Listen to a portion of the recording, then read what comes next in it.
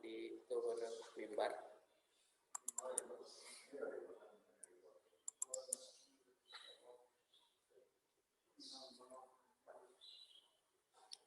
Assalamualaikum warahmatullahi wabarakatuh.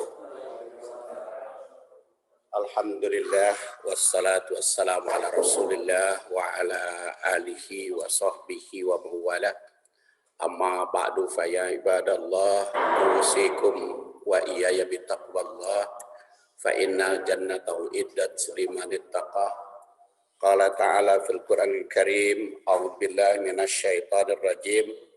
Ya ayyuhalladzina amanu taqullaha haqqa tuqatih wa la tamutunna illa wa antum muslimun. Jamaah rahimakumullah.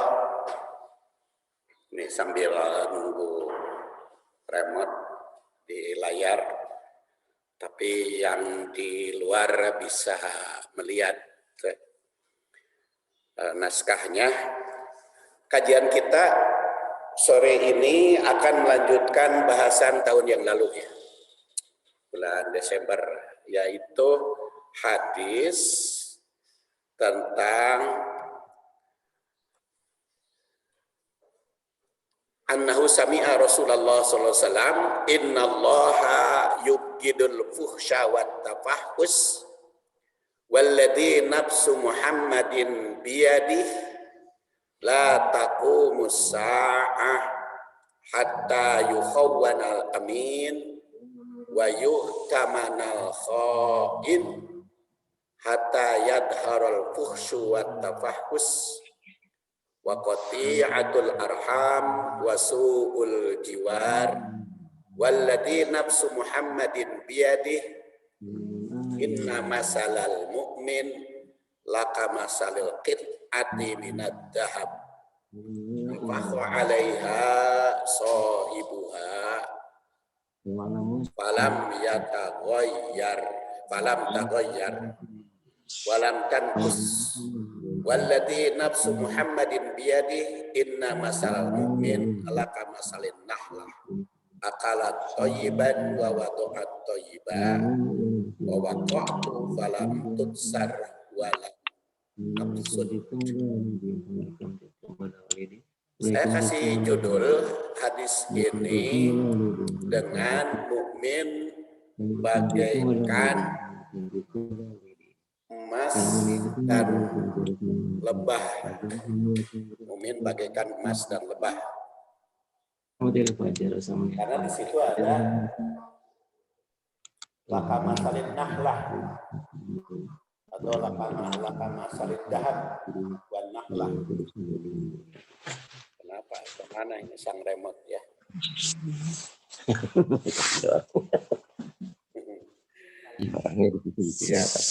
Dan pada waktu yang lalu sudah kita bahas la taqumus sa'ah hatta yukhawwana min wa yu'taman hatta yadharul fuhsyu wat tafahhus. Jadi sampai di situ. Jadi sekarang yang dibahas adalah wa qati'atul arham wasawar. Kalimat wa qati'atul arham wasuul jiwar. Baca ininya. Nah, di sini wa qati'atul arham. Qati'ah itu berasal dari kata qata'a. Qata'a itu artinya memotong atau memutus atau tidak nyambung atau tidak terjalin, tidak menyambung. Makanya ada istilah hadis munqati, terputus. Mun aya tarajam ditaek dipencet. Jadi qati'ah. Makanya ada hadis yang sanadnya terputus, yang sanadnya tidak nyambung, itu disebut munqati'. atau hadis maktu karena mata rantainya tidak sambung menyambung. Nah, wa qati'atul arham berarti silaturahimnya terputus. Jadi termasuk hal-hal yang membahayakan apabila silaturahim terputus. Jadi ini sebagai keburukan yang ketiga. Karena keburukan yang pertama sudah kita bahas, yaitu yukhawwanal amin. Orang yang dipercaya dan dikhianati. Orang yang khianat dipercayai. Yang kedua adalah fuhsyu wa tafahus. Banyak kejelekan atau yang menimbulkan kejelekan. Nah, maka yang ketiga di sini wa qati'atul arham, yaitu yang putus silaturahim. Jadi sebagai perbuatan yang menimbulkan kehancuran dunia atau menimbulkan mafsadat di dunia apabila silaturahim terputus, apabila silaturahim tidak nyambung. Atau putusnya hubungan kekeluargaan, pecahnya hubungan persaudaraan. Banyak hal yang menimbulkan putusnya silaturahim. Ya, diantaranya kurangnya peduli terhadap keluarga, itu juga bisa putus. Kemudian persaingan hidup juga bisa terputus. Kurang mengenal sesama anggota keluarga. Kemudian mengabaikan hukum yang berkaitan dengan kekeluargaan itu bisa juga terputus. Bahkan pada beberapa yang lalu ada seorang ustadzah bertanya kepada saya, yaitu tentang kerjasama ekonomi, berserikat ya. Jadi di dalam ekonomi itu kerjasama satu sama lain. Yang satu punya modal, yang satu punya usaha. Maka diadakan perjanjian untuk berserikat kerjasama. Maka saya jawab pada saat itu, kerjasama dalam usaha itu baik. Dan itu jaminan dari hadis qudsi. Ana salisus syarikaini malam yahun ahaduhuma sohibahu. Aku, kata firman Allah, merupakan yang ketiga dari dua orang yang berserikat. Selama yang berserikat itu tidak ada yang khianat. Tapi kalau ada yang khianat, maka aku lepas. Hadis itu saya katakan mempunyai dua makna. Makna yang pertama jaminan, makna yang kedua ancaman. Jaminannya Allah akan akan melindungi orang yang kerjasama selama tidak ada khianat. Tetapi kalau ada di antara anggota keluarga itu berkhianat, maka Allah ngancam akan menghancurkan. Nah, makanya saya katakan kerjasama dalam usaha harus hati-hati karena banyak akibat kerjasama silaturahim jadi putus. Asal nama kerjasama adi jeung lanceuk, kerjasama usaha. Yang satu mengontrakan rumah, yang satu mengusahakan, yang satu beri modal, yang satu mengusahakan. 1 bulan, 2 bulan jalan gitu pembagian penghasilan deh. Tapi setelah 6 bulan kan itu aya nu bohong, aya nu segala macam, akhirnya ti jalan. Persaudaraan pun, pertemanan pun jadi musuh. Jadi qati'atul arham. Makanya saya katakan kerjasama itu harus benar-benar waspada bersama harus benar hati-hati karena hadis itu justru memberikan peringatan dan sekarang itu banyak. Bahkan ada jamaah saya itu 2 miliar uangnya hilang. Ada yang 2,5 miliar, ada yang 4 miliar. Itu kasusnya masih ingat kan? Cibaganti itu bagaimana? Itu ada salah seorang jamaah 3 miliar itu. Dan susah itu diselidiki nanti pokoknya hilang sama sekali. Makanya harus hati-hati, makanya pantas di Indonesia mah bank syariah saja itu pakai pedoman, bukan pedoman ya, pakai gaya bank konvensional. Bank syariah juga kan bank syariah itu kerjasama mudorobah itu saling percaya mempercayai, tetapi dia ketika kita pinjam uang aturan-aturannya kan seperti bank konvensional, sehingga akhirnya kalau kita pinjam uang membayarnya ke bank itu walaupun namanya mudorobah bagi penghasilan, tapi seperti bunga aja, seperti membayar bunga. Begitu pula kalau kita nyimpen uang di bank syariah itu sama aja. Ya karena takut kehilangan, kekhawatiran, karena mungkin di Indonesia itu masih tipe seperti itu, sehingga bank syariah sendiri kalau ditanya masalah kemurnian itu belum murni di Indonesia itu. Beda dengan di Saudi Arabia. Kalau Saudi Arabia itu kan bank sentralnya ada 2. Bank sentral konvensional, itu bank Saudi namanya. Ada bank sentral syariah, Ar-Rajhi. Jadi itu ada dua bank. Kalau di Indonesia kan walaupun di situ ada bank syariah, tapi kan induknya satu, Bank Indonesia.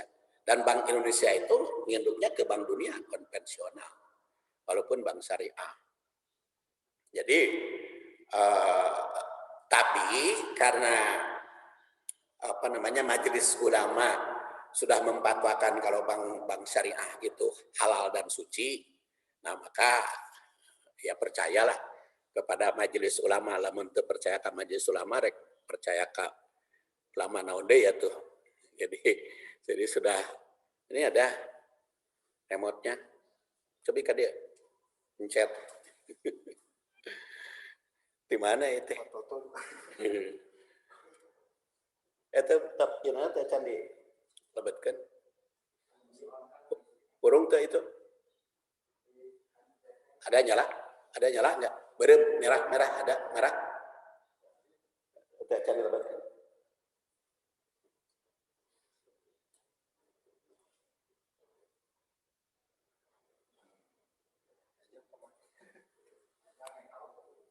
Ya, itunya apa namanya, colokannya.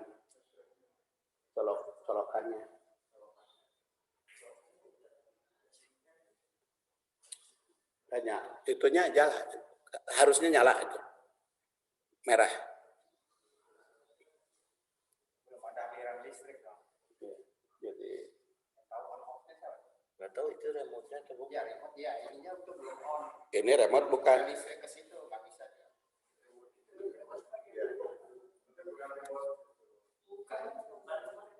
Enggak, ininya belum ada listrik ke situ. Belum ada listrik. Harusnya merah.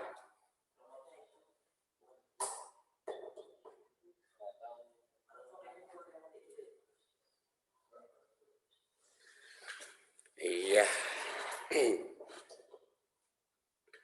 Kemudian selanjutnya ya.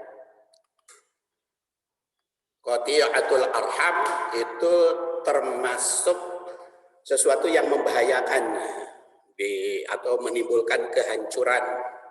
Jadi kalau menimbulkan kehancuran berarti menimbulkan bahaya.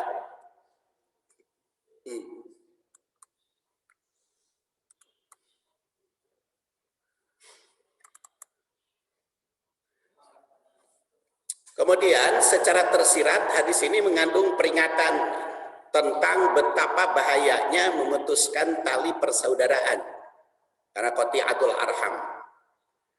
Dalam berbagai hadis juga banyak diingatkan tentang bahaya memutuskan silaturahim. Orang yang memutuskan silaturahim akan memikul akibat. Tersirat oleh khotib tadi, khotib Jumat ya, bahwa salah satu dosa yang dampaknya akan terlaksana di dunia antara lain memutus silaturahim. Salah satu dosa. Jadi perbuatan dolim kepada sesama umat. Dan di sini ada beberapa hadis bahwa memutuskan silaturahim itu pertama jauh dari rahmat Allah. Inna rahmata la tanzil ala qaumin fihim qati'u rahimin. Sungguhnya rahmat itu tidak akan turun atau tidak akan diberikan kepada orang yang memutus silaturahim. Inna rahmata la tanzil ala qaumin fihim qati rahimin. Rahmat Allah Subhanahu wa taala tidak akan diberikan pada suatu kaum kalau di kaum itu ada yang memutus silaturahim. Nah, ini kan ancamannya rahmat Allah terputus. Kemudian kan sering minta rahmat kepada Allah. Kita sering memanjatkan doa kepada Allah Subhanahu wa taala akan mendapatkan kasih sayang dari Allah Subhanahu wa taala. Maka berdasar hadis ini kalau ingin mendapatkan kasih sayang, ya jalin kasih sayang sesama manusia. Kemudian dijauhkan malaikat pembawa rahmat. Innal malaikata la tanzilu ala qaumin fihim qati'ur rahimin. Innal malaikata, tapi kan biasanya berem, ya? Biasanya merah itu. Enggak, itu biasanya merah. Kalau disambungkan setrumnya. Enggak, ini enggak merah. Oh. Iya.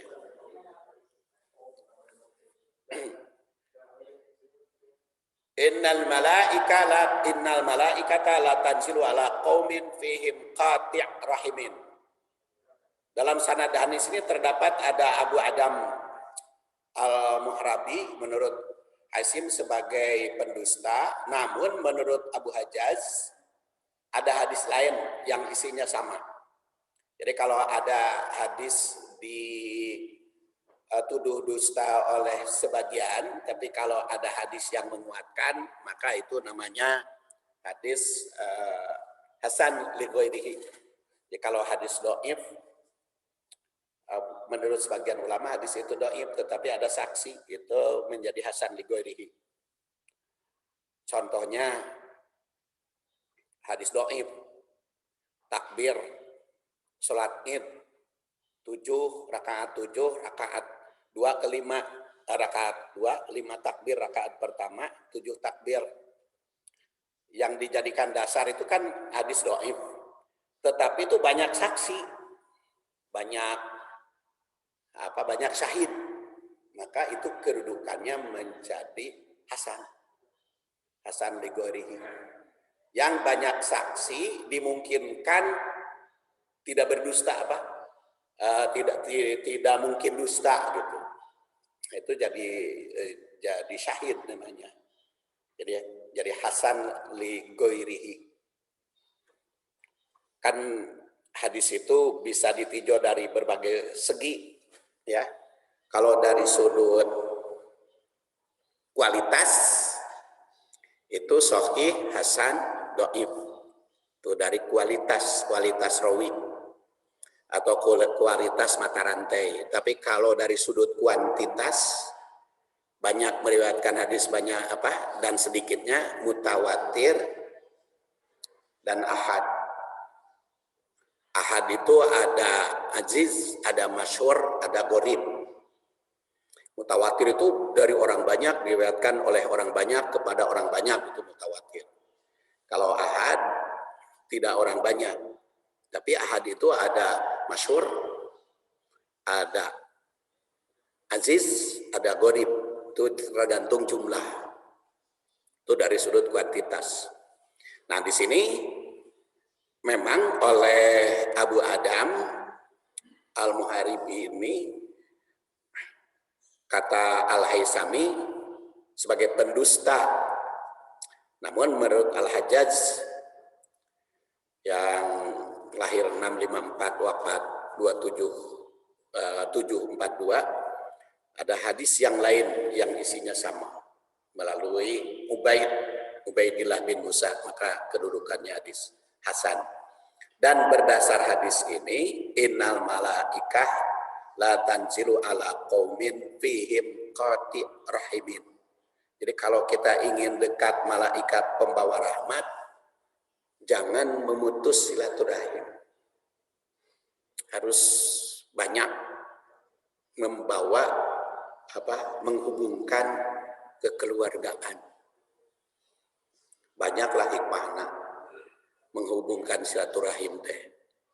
Masjid Al-Muhajirin aja cuma 3 hari dapat 17 juta. 17 juta berapa? 200 ya? 17 juta 200 cuma 3 hari itu. Karena banyak yang silaturahim. Ada yang silaturahim dengan Telkom, ada yang silaturahim dengan pensiunan, ada yang silaturahim dengan kawan-kawan. Sebab kalau kurang silaturahim susah itu.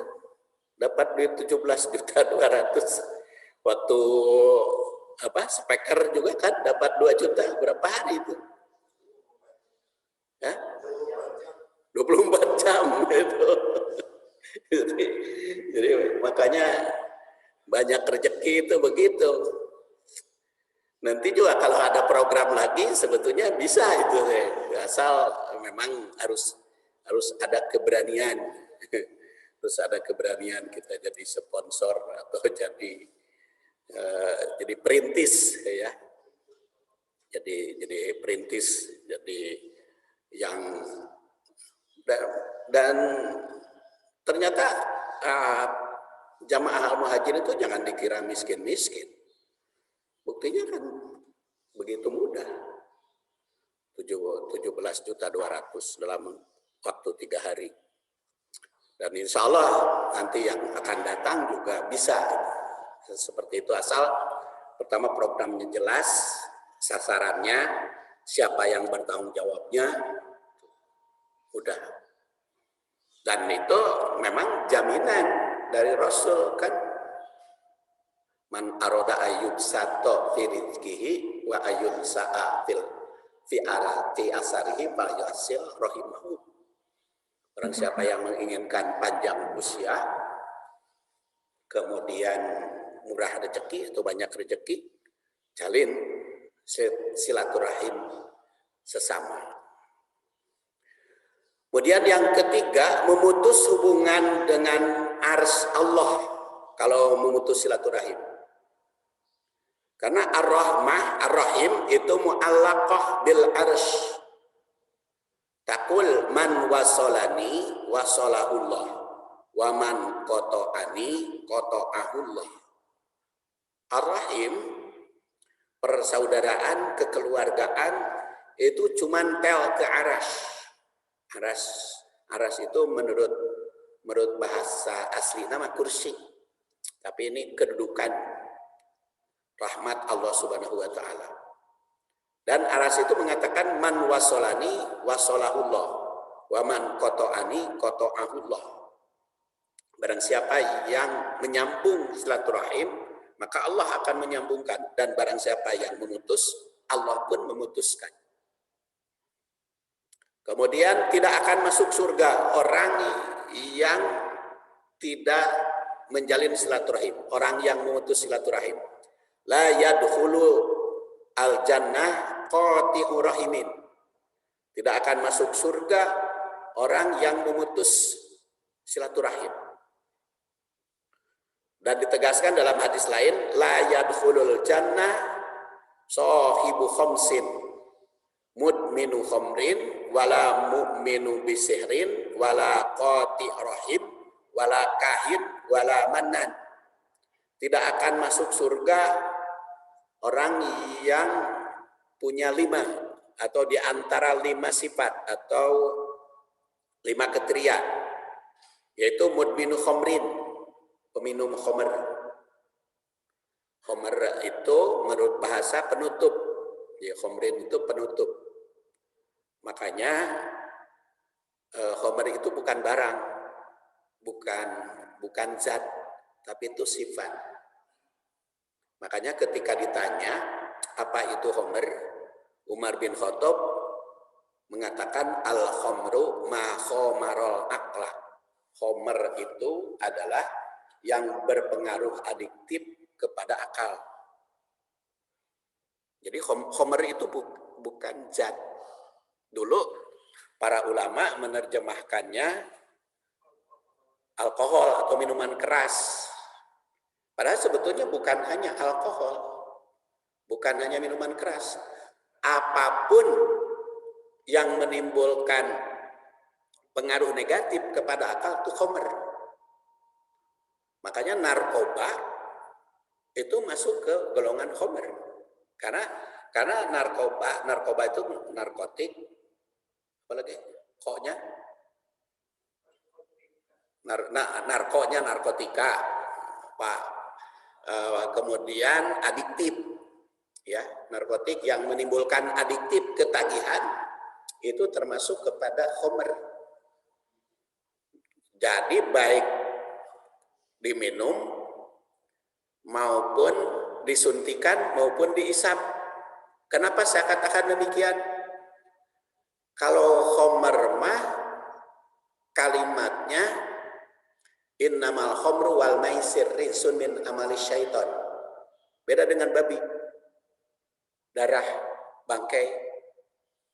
Kalau babi, darah, bangkai, dan wama uhilla li ghairillah itu ala ta'imin yat'amuhu.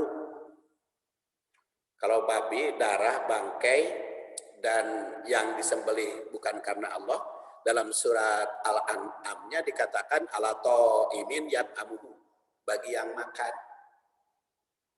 Tetapi kalau khamr mah bukan makan istilahnya, tapi penggunaan, penyalahgunaan, sama dengan judi. Makanya khamr mah jeung judi digandengkeun teh. Kalau babi itu dengan bangkai, dengan darah, dan dengan yang disembelih tidak menggunakan nama Allah, itu 4 digandengkeun. Tetapi kalau khamr mah dengan judi. Kenapa? Karena judi dan khamr itu mempunyai kesamaan. Mempunyai kesamaannya apa? Barang nama bisa sesuatu yang halal. Judi kan bisa sesuatu yang halal. Disalahgunakan saja kan judi itu. Umpamanya judi dengan, kemarin itu ada judi dengan muncang, kemiri. Muncangnya kan halal. Jadi pakai judi jadi penyalahgunaannya kan. Khamr juga penyalahgunaannya, bukan barangnya. Ganja dulu di Aceh itu halal. Karena itu hanya bumbu masak atau lalap-lalapan. Tapi kenapa sekarang jadi haram? Karena penyalahgunaan. Ganja itu disalahgunakan.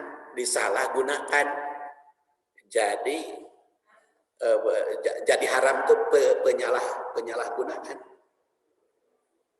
Bahasa si Rapi teh di Cipanas makan teh Arab kan, teh Arab itu kan di Cipanas barang yang berharga dan itu komoditas besar, menguntungkan di jualan ke Arab itu. Tapi sekarang jadi tidak boleh karena sering disalahgunakan.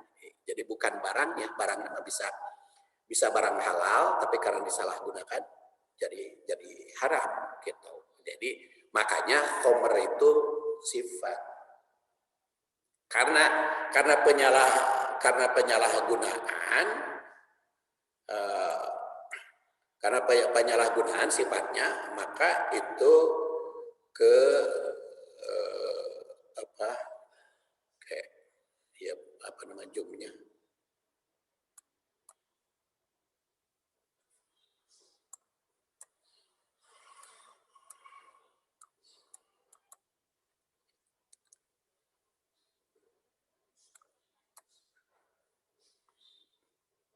Jadi khomer itu mempunyai kesamaan dengan judi. Makanya di dalam Al-Qur'an itu digandeng antara khomer dengan maisir. Nah, makanya jadi persoalan seperti vaksin menggunakan sesuatu yang mengandung babi. Kan jadi masalah itu. Vaksin meningitis, ya. Vaksin meningitis karena katanya mengandung unsur babi. Itu dijadikan persoalan, haram atau tidak. Yang jadi persoalan kalau kita perhatikan ayat Al-Quran, haramnya babi, darah, bangkai, dan yang disembelih bukan karena Allah, itu ala ta'imin yat'amuhu, bagi yang memakan.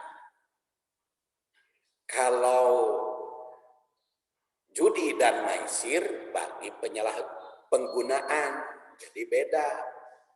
Makanya boleh jadi babi itu seperti menurut Imam Hanafi, babi itu haram tapi tidak najis. Haram itu dimakan. Jadi kalau babi itu dipakai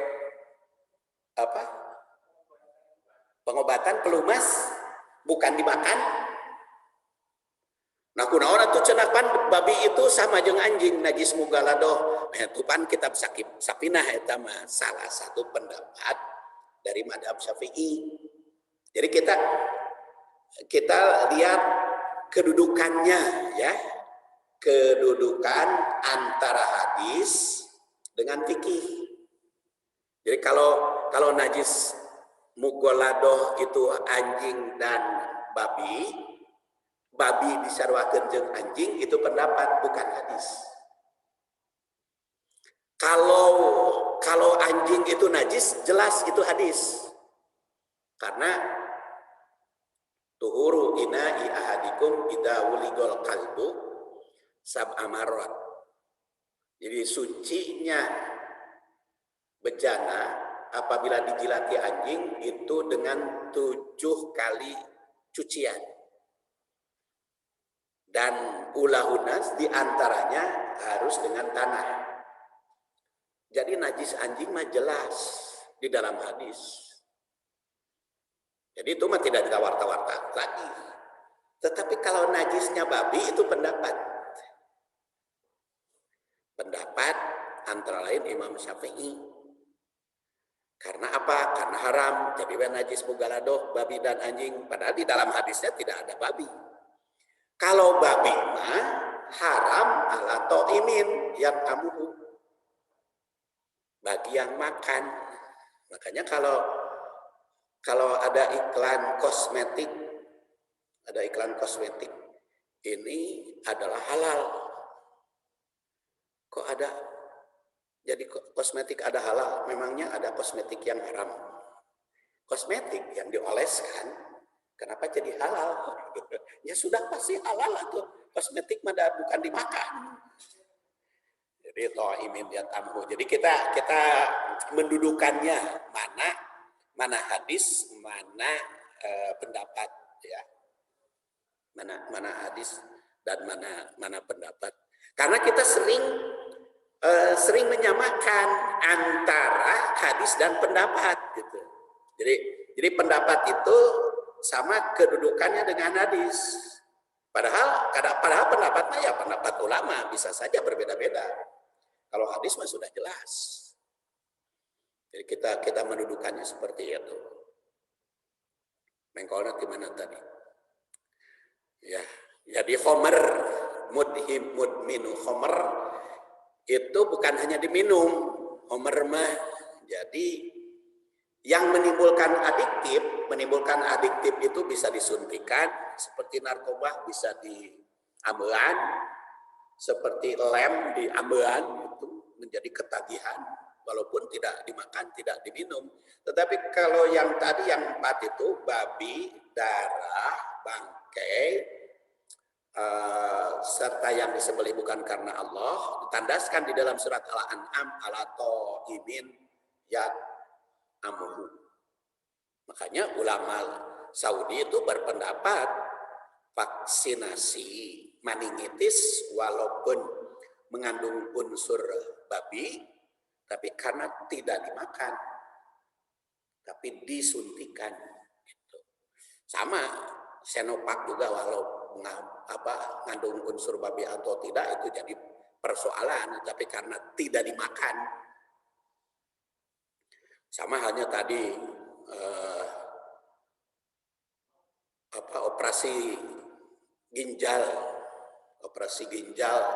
sekarang itu kan dikembangkan, operasi penggantian ginjal itu bukan dari manusia, tapi itu dari babi, ginjalnya ditempel ke manusia.